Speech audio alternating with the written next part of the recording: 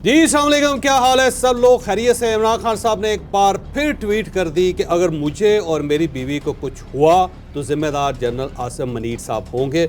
और इसके अलावा उन्होंने एक बहुत लंबी ट्वीट भी की है, उसके अंदर एक मैसेज छुपा हुआ है। क्या मैसेज छुपा हुआ है ये हम आपको आज के व्लॉग में बताएंगे। और इसके साथ साथ इमरान खान साहब ने सुप्रीम कोर्ट ऑफ पाकिस्तान की निगरानी में, बल्कि चीफ जस्टिस ऑफ पाकिस्तान की निगरानी में सियासतदानों के साथ मुज़ाकरात करने के लिए रजामंदी जाहिर कर दी। और सियासतदान कौन है? पाकिस्तान मुस्लिम लीग नून, पाकिस्तान पीपल्स पार्टी MKM। क्या ये इमरान खान साहब का यू टर्न है? ये भी हम आपको आज के व्लॉग में बताएंगे। और आज की एक ज़बरदस्त स्टोरी, कच्चे के डाकू पक्के की पुलिस अफसरों के साथ मिले हुए हैं। ये कच्चे के डाकू और पक्के के पुलिस ऑफिसर्स एक दूसरे के साथ कैसे मिले हुए हैं, ये भी हम आपको आज के व्लॉग में बताएंगे। लेकिन व्लॉग की तरफ जाने से पहले आपसे दरख्वास्त है कि आप ये चैनल ज़रूर सब्सक्राइब कीजिएगा और ये जो बेल आइकन है उसको ज़रूर प्रेस करें ताकि नोटिफिकेशन आपको आता रहे। और यही वो सपोर्ट है जो आप हमारी कर सकते हैं। अस्सलाम वालेकुम नाजरीन, मैं हूं फ़रूख अब्बास, न्यूट्रल बाय जावेद चौधरी में। नाजरीन, आज हम जो स्टोरी पहली करने जा रहे हैं, बेसिकली एक नहीं दो स्टोरियां हैं, लेकिन दोनों ही क्योंकि इमरान खान साहब के ट्वीट हैं इसलिए हम इन्हें इकट्ठा कर रहे हैं। और इस पे जो तज्जिया आपको मिलने वाला है वो यकीनन आज आपको हैरान परेशान कर देगा। एक तो खान साहब ने कह दिया है जी कि अगर मुझे कुछ भी हुआ, मेरी फैमिली को कुछ भी हुआ, तो उसकी रिस्पॉन्सिबल कौन है? जनरल आसिम मुनीर। ये क्यों कह रहे हैं इसके हवाले से डिटेल बताएंगे। और दूसरी स्टोरी हमारे पास एक और है। खान साहब ने एक बहुत लंबी चौड़ी ट्वीट की है। उस ट्वीट के अंदर उन्होंने कहा है कि यह साइफर किसको लिखा गया था? अमेरिका की तरफ से। मतलब उन्होंने बताया है कि यह साइफर अमेरिका ने किसी को लिखा था और उसका मकसद मेरी गवर्नमेंट गिराना था। वो बंदा कौन था यह भी पता चलेगा आपको इसी व्लॉग के अंदर। चौधरी साहब बताइएगा ये दोनों क्या स्टोरी? इमरान खान साहब बार बार ये कह रहे हैं कि जी मुझे कुछ हो गया या मेरी बीवी को कुछ हो गया तो जनरल आसिम मनीर साहब इसके ज़िम्मेदार होंगे। इससे पहले आपको याद होगा कि जब 190 मिलियन पाउंड का केस चल रहा था इनका, और उस वक्त मीडिया इनके साथ मुलाकात करता था, तो वहाँ इमरान खान साहब ने मीडिया से भी ये बात की थी।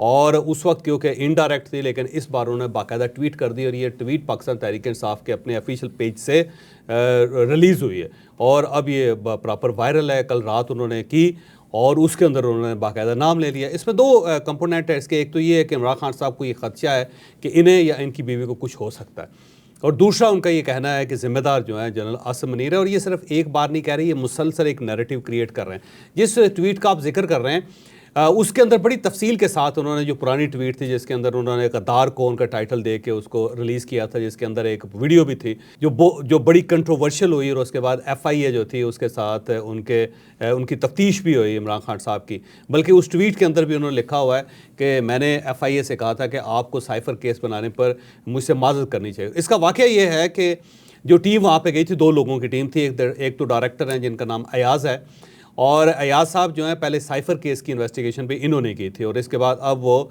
ये जो ट्वीट केस है उसकी भी वो इन्वेस्टिगेशन कर रहे हैं।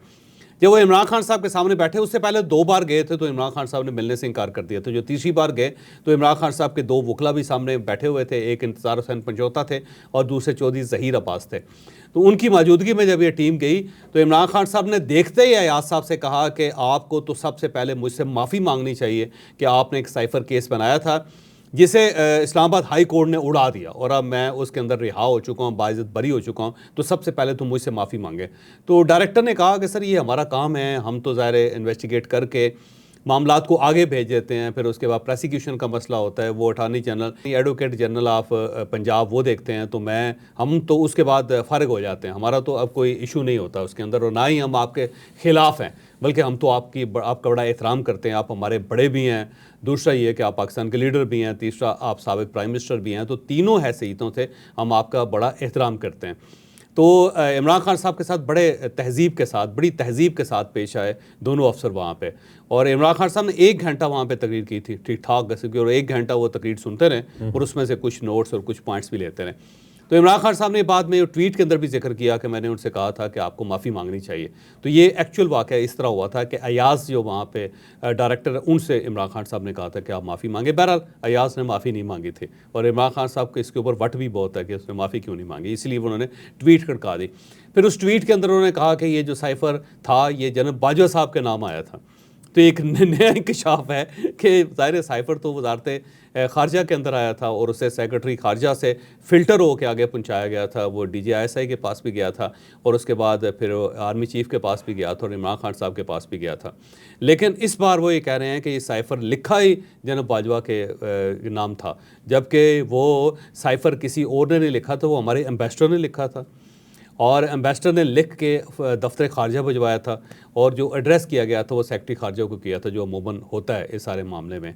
लेकिन इमरान खान साहब ने अब एक नया इंकशाफ कर दिया कि जनरल बाजवा साहब को लिखा गया था, जबकि जनरल बाजवा को ये उसी तरह मिला था जिस तरह बाकी 2 लोगों को मिला था। और उस पर आज़म खान साहब इसका एतराफ़ कर चुके हैं कि किस तरह ये हमारे पास आया था और किस तरह फिर ये गुम हुआ था वहाँ पर। तो ये तो ऑब्वियस ही बात है।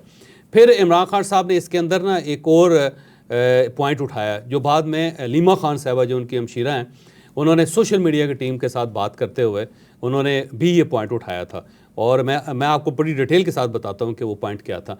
इमरान खान साहब ने ये पॉइंट उठाया कि जब 1971 का मामला था मशरक़ी पाकिस्तान के अंदर, तो उस वक्त जो फ़र्द वाहिद था जनरल याहिया ख़ान, उसके बहुत सारे इक़दामात ऐसे थे जिनको उस वक्त की जो मिलिट्री लीडरशिप थी वो तस्लीम नहीं करती थी, इसलिए 2 जर्नैल जो थे उन्होंने इस्तीफ़ा दे दिया था। साहबजादा यकूब खान की बात की उन्होंने, जो उस वक्त मेजर जनरल थे और मशरक़ी पाकिस्तान में थे, और उन्हें इन्होंने याहिया ख़ान ने गोली चलाने का हुक्म दिया था, जो उन्होंने इनकार कर दिया था। उन्होंने कहा जी मैं अपने लोगों के ऊपर गोली नहीं चलाऊंगा, और उस पर उन्होंने बाकायदा इस्तीफ़ा दे दिया था, जिस इस्तीफ़े को कबूल कर लिया था जनरल याहिया ख़ान ने।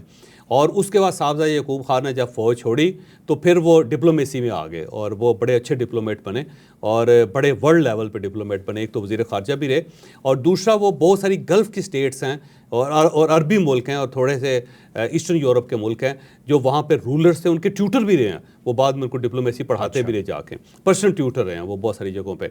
और साहबजादा यकूब फ़ौज पाकिस्तान के उन चंद लोगों में शुमार होते हैं जिन्होंने जब रिटायरमेंट ली या इस्तीफ़ा दिया तो उसके बाद उन्होंने लिख के दिया कि मेरे नाम के साथ रिटायर्ड मेजर जनरल ना लिखा जाए।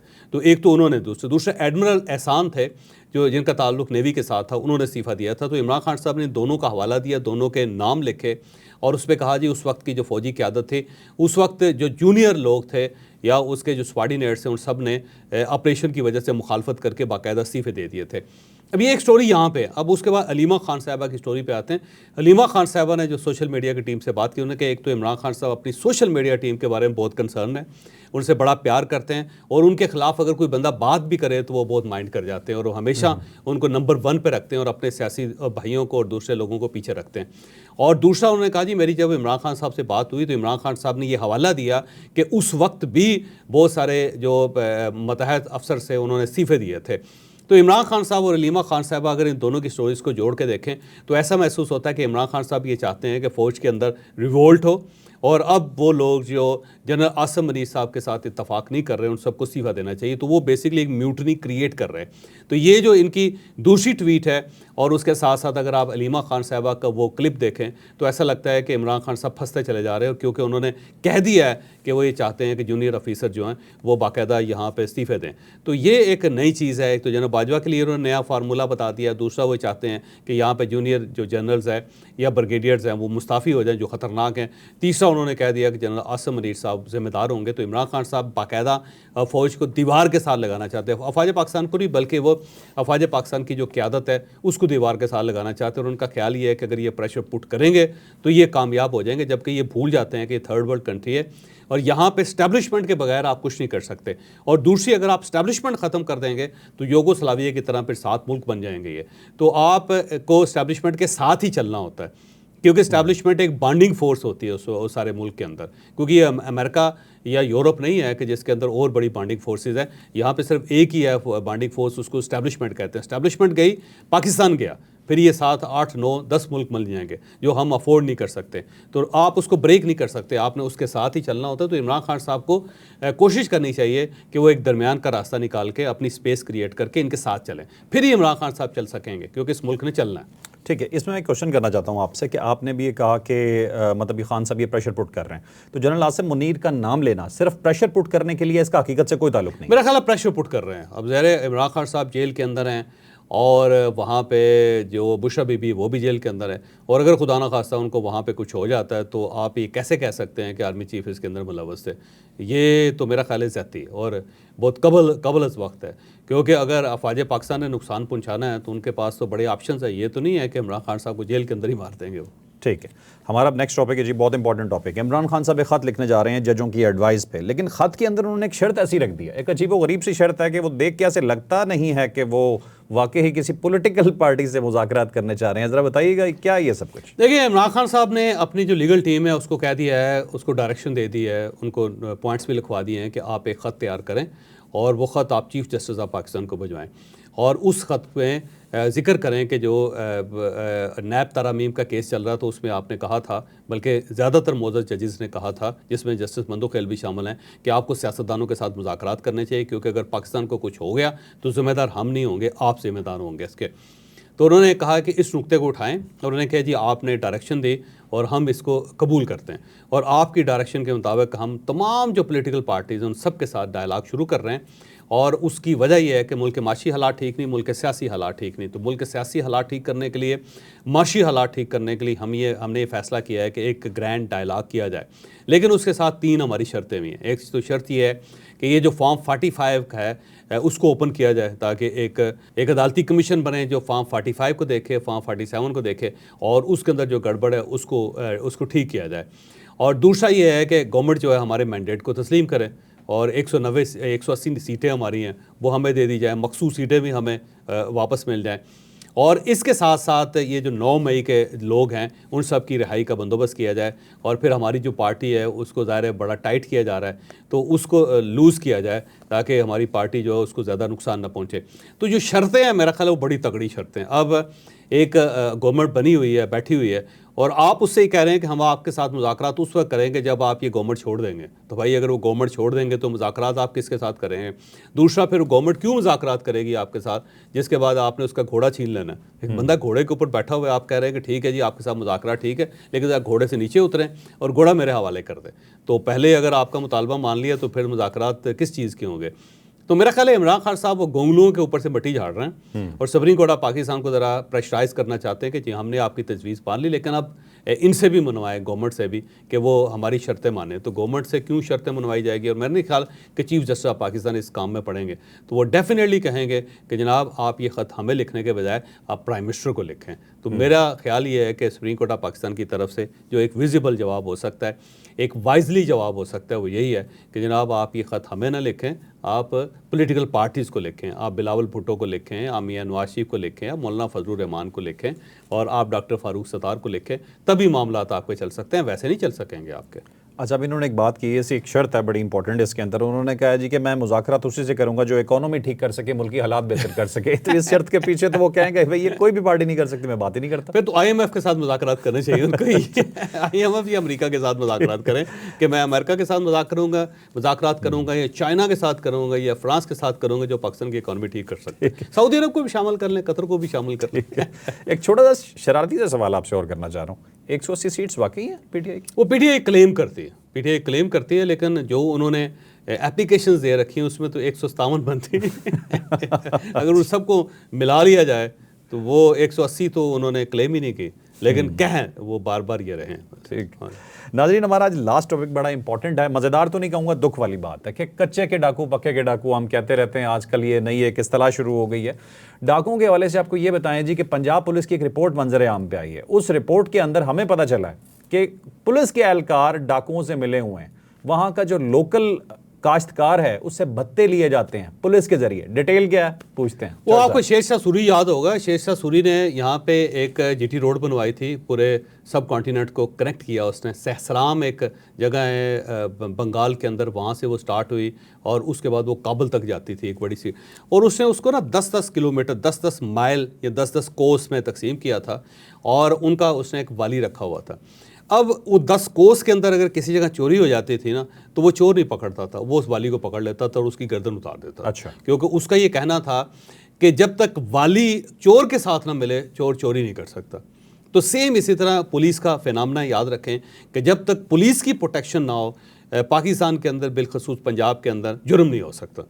उसकी बुनियादी वजह यह है कि पुलिस जो एक छन्नी होती है जिससे हर चीज़ ने हर बंदे ने गुजर के जाना होता है, और अगर वारदातें मुसलसल हो रही हैं तो इसका मतलब कहीं ना कहीं पुलिस इन्वॉल्व है।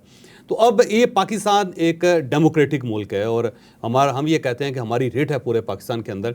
उसके दरमियान पंजाब और सिंध के अंदर एक पूरा कच्चे का इलाका है जिसके अंदर डाकू बैठे हुए हैं, और डाकू ना सिर्फ बैठे हुए हैं बल्कि बाकायदा रोड्स बनी हुई हैं, अंदर गाँव हैं, गाँव के साथ साथ उनके पास इंतहाई जदीद असला है, फिर वहाँ पे गाड़ियाँ हैं उनके पास, और वहाँ पे बाकायदा उनको खुराक प्रोवाइड होती है हर किस्म की।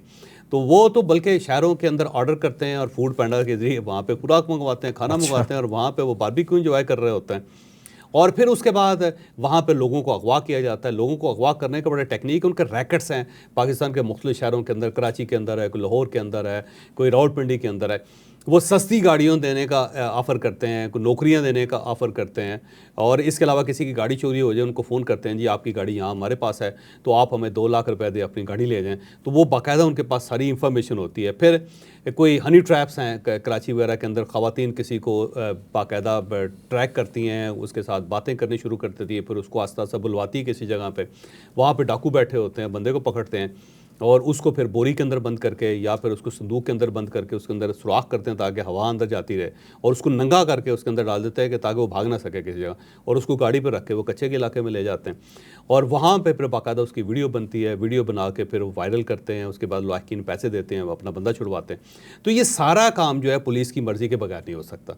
ऐसा नहीं हो सकता कि पुलिस जो एक साइड पे रहे या पुलिस उनके ख़िलाफ़ हो और सड़कों के अंदर से लोग गुजर के अंदर चले जाएँ, या फिर वहाँ पे जो फसलें पक रही हैं वो बाकायदा मंडियों तक पहुँच जाए। ज़ाहिर फसलें उनके ऊपर भत्ता लेती है पुलिस, मुजरम जो उनके पास हैं या जो यरगमाल हैं उनके पास, उनका पता लिया जाता है, और वो जो लोग हैं उनकी फैमिलीज़ जो कच्चे के डाकू, उनके शहरों के अंदर फैमिलीज़ हैं और वो अपनी फैमिली से मिलने के लिए आते हैं। तो ये जो रिपोर्ट है पुलिस की, ये साबित करती है कि जनाब पाकिस्तान के अंदर अगर वो कच्चे का इलाका है तो उसको सपोर्ट पक्के के इलाके से मिल रही है। तो ये पक्के के जो डाकू हैं वो कच्चे के डाकुओं को सपोर्ट कर रहे हैं और उस वजह से सारा सिस्टम चल रहा है। अगर हम वाकई इस नो को एरिया को ख़त्म करना चाहते हो तो हमें सबसे पहले पुलिस के अंदर जो काली भेड़ें हैं उन सबको निकालना पड़ेगा, काली भेड़ें और काले भूंड भी, इन दोनों को आपको निकालना पड़ेगा।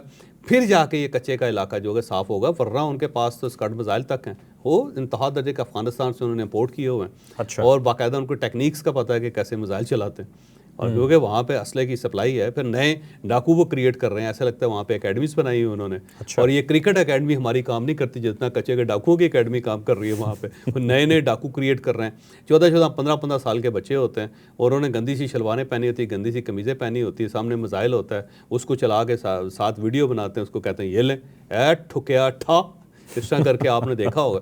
तो जब तक पुलिस की मदद ना हो तो ये डाकू जो है ना कामयाब नहीं हो सकते। लिहाजा पुलिस ने अपनी रिपोर्ट बनाई है तो पुलिस को चाहिए कि सबसे पहले ये जो पक्के के डाकू हैं इनको पकड़ें ताकि कच्चे के डाकू पकड़े जा सकें। नाज़रीन, आपने पंजाब पुलिस की रिपोर्ट के हवाले से तमाम डिटेल सुनी। इससे पहले इमरान खान के बारे में आपको बताया कि उनके कसूरवारों की नाम बदलते रहते हैं, और इसके अलावा उनकी जो शराइत हैं वो अभी ये हैं, कल को पता नहीं क्या होंगी, हम कुछ कह नहीं सकते। जो भी आएगा हम आपको बताते रहेंगे। लाइक शेयर सब्सक्राइब करना ना भूलिएगा। इजाज़त दीजिए, अल्लाह हाफ़िज़।